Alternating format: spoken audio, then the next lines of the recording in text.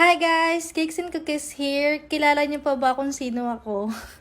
Kasi ako medyo hindi ko nakilala yung sarili ko kasi super tagal ko na namang walang upload. Hindi ko alam kung bakit pero ang alam ko lang is tinatamad akong mag-video or tinatamad akong mag-upload at mag-edit. Although kapag may mga ginagawa akong cake, nakakapag-video naman ako. Pero pag ini-edit ko na siya, feeling ko ang pangit ng anggulo, tas parang di-delete ko na lang ganun. So hindi na ako nakakapag-edit or nakakapag-upload. Pero this time dahil malapit na at ilang tulog na lang ay Cake Fiesta Manila na, kailangan kong mamigay ng 10 tickets para sa mga hindi pa nakakabili or sa mga wala pang tickets pero gustong-gustong makapunta sa Cake Fiesta Manila. Yes, pinilit kong mag-voice over para sa inyo para mabigyan kayo ng ticket kasi feeling ko eto na yung last wave ng pamimigay ng mga tickets. Kaya ano pang inaantay nyo? Ang kailangan nyo lang gawin is i-share itong video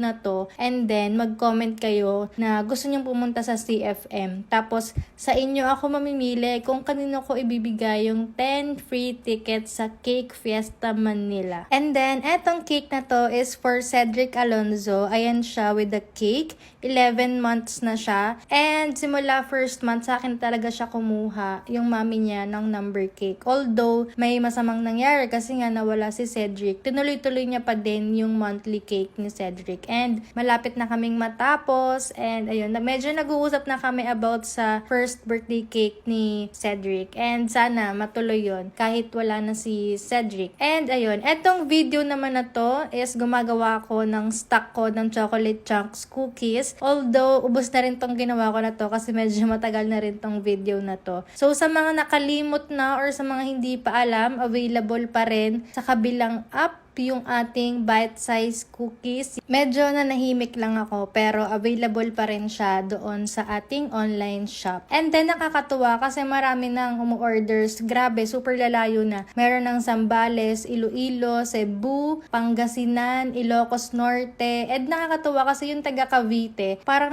natandaan ko siya and ayun, nag-repeat order na siya sa akin. So thank you so much yung taga Naik, Cavite. Natandaan ko siya kasi syempre umpisa pa lang binabasa ko talaga lahat kung sino yung mga umorder sa akin. And then, nung may umorder ulit, sabi ko, parang nakapagdala na dito sa Naik, Cavite. And then, nung chinek ko lahat ng umorder, siya pala ulit yun. So, nag-repeat order na siya sa online shop ko. So, thank you so much sa inyong lahat na tahimik lang pero bumibili sa online shop. Kaya sa mga hindi pa nakakabili or sa mga gustong matikman or sa mga nag-curious, ilalagay ko sa comment section yung link ng product na to para doon kayo makapag-add to cart. Always freshly baked yung cookies ko before ko ipadala sa courier, kaya fresh pa din yan pagdating sa inyo.